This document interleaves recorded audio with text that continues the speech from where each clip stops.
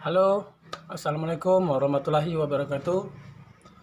Berjumpa lagi dengan saya Nofridianto, masih membahas tentang seputar asam lambung, GERD, anxiety atau kecemasan. Di video kali ini teman-teman, saya akan membahas dan berbagi kepada teman-teman, memotivasi teman-teman, menginspirasi teman-teman, supaya teman-teman itu bisa sembuh dari penyakit GERD dan anxiety ini atau kecemasan. Tapi sebelum teman-teman menyaksikan video ini, sebelum kita membahas tentang topik permasalahannya, saya memohon kepada teman-teman itu untuk mensubscribe video saya dan mengaktifkan tombol notifikasinya agar nanti kalau saya membuat video-video terbaru dan berbagi pengalaman lagi kepada teman-teman, akan muncul di beranda-beranda teman-teman secara otomatis. Baik teman-teman, langsung saja ke topik permasalahannya. Dulu, awal saya terkena penyakit GERD atau penyakit asam lambung dan atau MAH kronis ini, saya sudah menderita gangguan kecemasan. Dan gangguan kecemasannya itu teman-teman sangat-sangat tinggi. Panic attack. Pokoknya mungkin teman-teman juga pernah merasakannya apa yang saya rasakan. Dan saya pun sempat sampai putus asa, tidak berdaya. Saya bingung mau ngapain. Rasanya hidup di dunia ini tidak ada gunanya lagi. Karena di antara saya harus menjaga pola makan, saya juga harus mengsugesti, harus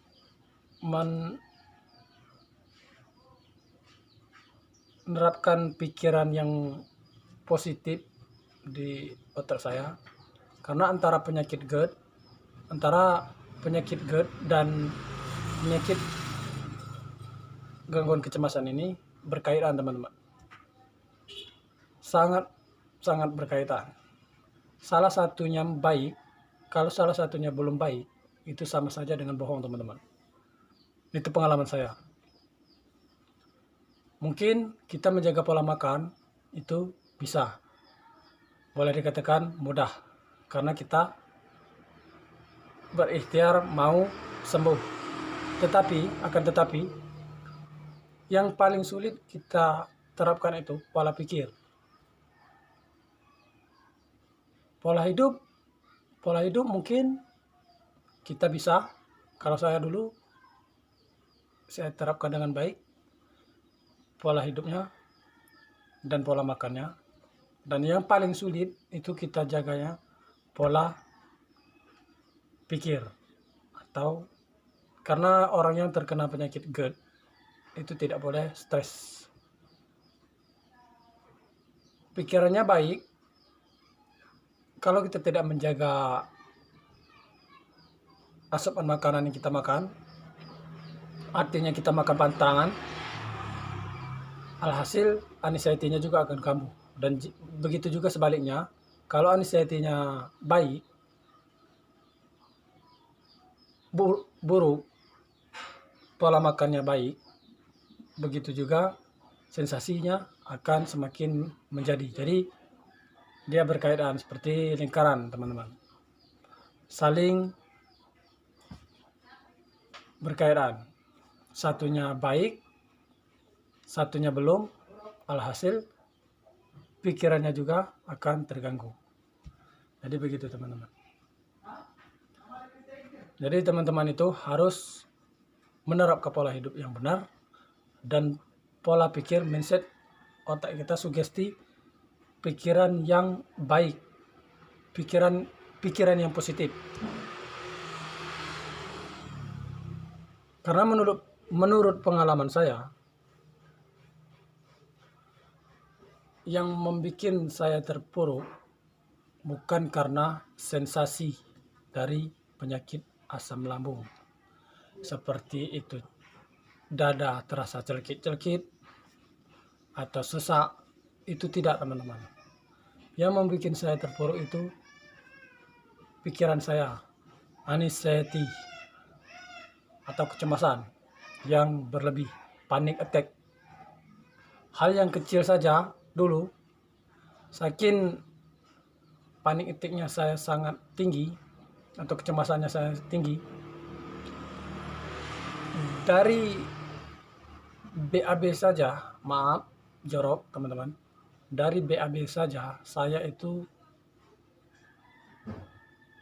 membuat saya panik. Karena teman-teman, BAB saya itu pernah ada goresan darah, bercak darah segar, dan saya panik banget, nggak tahu mau pikir apakah karena di otak saya itu, di pikiran saya itu, apakah pencernaan saya sudah hancur ataukah pencernaan saya sudah rusak. Jadi teman-teman, pikiran ini sangat berpengaruh, sangat berpengaruh sekali dengan penyakit GERD teman-teman. Itu teman-teman harus paham. Karena biasanya, mengapa, mungkin teman-teman bertanya, mengapa saya masih kambuh padahal saya itu sudah menjaga pola makan saya. Panterangan sudah saya tidak makan lagi. Memang mungkin teman-teman sudah menjaga pola makan, tetapi mengapa masih kambuh? Karena di otak kita ini, coba teman-teman ingat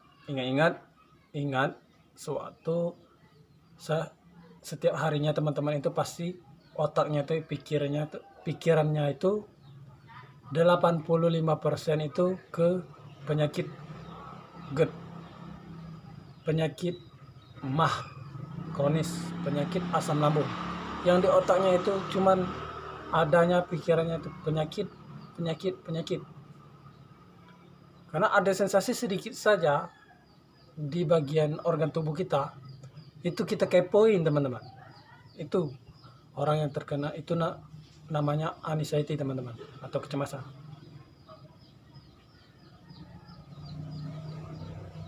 Dada rasa sesak sedikit itu sudah bikin panik. Badan meriang, terasa meriang, tapi suhu badan normal itu sudah bikin panik. Kepala pusing, vertigo, keliengan sudah bikin panik. Semuanya hal yang berkaitan dengan sensasi di badan, di organ tubuh, itu sudah bikin panik. Jadi teman-teman itu harus melawan, jangan pasrah. Kalau ada sensasi sedikit, cuekin saja, jangan dihiraukan, jangan dibesar-besarkan. Karena itu pengalaman saya. Dan ada yang paling bikin saya nyaris sangat-sangat mau tertawa setelah melihat keadaan saya dan mengingat keadaan saya dulu.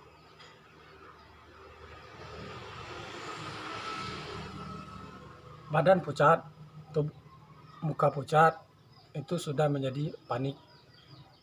Kalau kita berkaca, badan kurus, pucat, itu bikin panik, bikin stres. Akhirnya anxiety-nya naik lagi, paniknya naik lagi, terus sampai berhari-hari seperti itu teman-teman. Alhasil kita tidak akan sembuh-sembuh. Nah, jadi mulai dari sekarang teman-teman itu berpikirlah yang positif. Berpikirlah yang wajar dan berpikirlah yang hal yang baik-baik. Coba teman-teman ingat, setiap teman-teman buang air besar atau BAB, pasti teman-teman itu kepoin. Coba, pasti teman-teman itu kepoin, karena itu pengalaman saya. Itulah bentuk dari ingin ketahuan kita teman-teman, penasaran kita, anxiety kita itu masih ada. Coba dulu waktu kita sehat, belum terkena gangguan kecemasan, belum terkena GERD, asam lambung atau mah kronis, mau BAB aja, mau lemes aja, mau pusing aja. Jadi intinya teman-teman, karena pikiranlah yang bikin penyakit asam lambung GERD ini tidak kunjung sembuh, tidak sembuh-sembuh, sampai ada yang menahun, sampai akhirnya sampai dia meninggal pun itu masih mengidap penyakit GERD dan kecemasan. Tapi meninggalnya bukan karena penyakit GERD ya teman-teman. Teman-teman itu harus paham dan jangan salah mengartikan apa yang saya katakan. Karena penyakit GERD ini tidak bisa membuat kita membunuh kita. Yang membunuh kita itu takdir teman-teman. Sudah takdir. Banyak orang yang sehat tidak kena penyakit GERD, tiba-tiba meninggal. Tiba-tiba end. Nah, jadi teman-teman harus berpikir positif, jangan berpikir yang negatif. Serahkan hidup kita itu ke yang menciptakan kita teman-teman ya.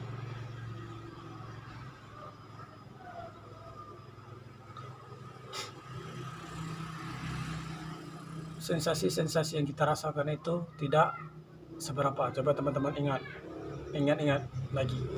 Sensasi yang kita rasakan itu tidak seberapa teman-teman.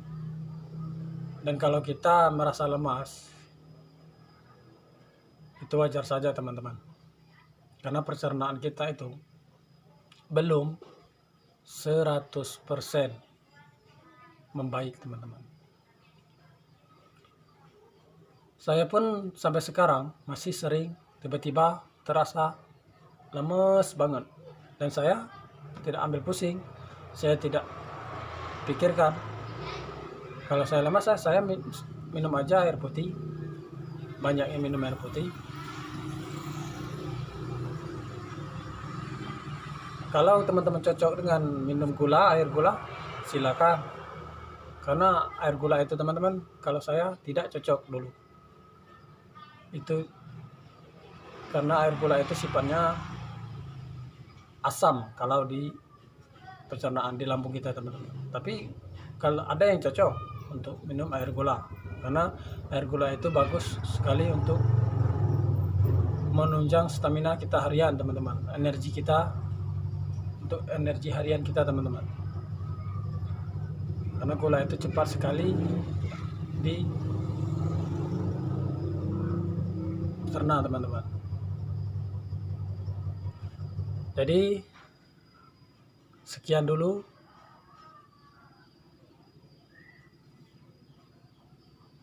berbagi pengalaman saya di video ini. Nanti di video selanjutnya saya akan menjelaskan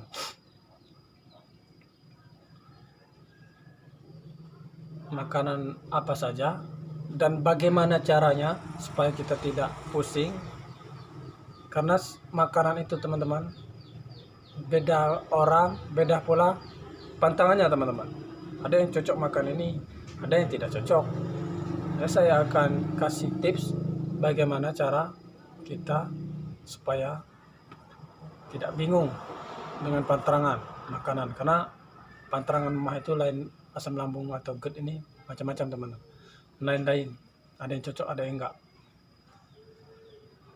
ada yang cocok ada yang tidak cocok. Terima kasih. Assalamualaikum warahmatullahi wabarakatuh.